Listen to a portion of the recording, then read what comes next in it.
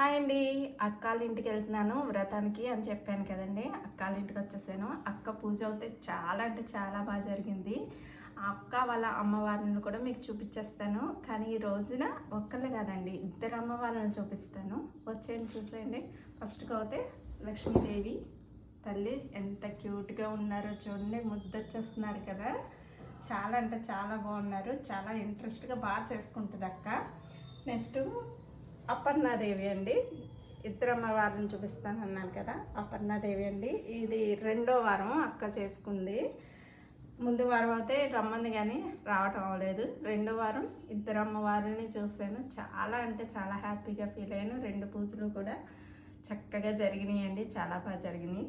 ఇంకా పూజలు అయిపోయిన తర్వాత తాంబూలం అయితే ఇచ్చేసిందండి. ఇంకా ప్రసాదం కూడా తీసుకున్నాను. ఇంకా ముత్తైదులు అందరూ వస్తారు, వాళ్ళందరికీ పసుపు రాసి బొట్టు పెట్టి గంధాలు ఇచ్చి తాంబూలాలు ఇస్తుంది. దాంట్లో కూడా కొంచెం నేను హెల్ప్ చేస్తాను.